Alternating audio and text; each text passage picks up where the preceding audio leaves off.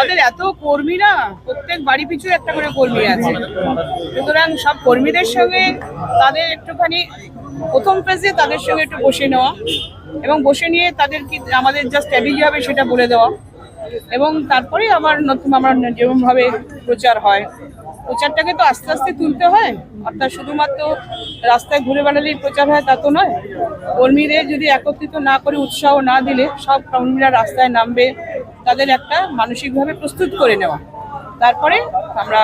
আমাদের প্রচার phase by phase আমরা তুলব এবং সেই মতোই ঠিক হলো। সবাইকে তাই বললাম,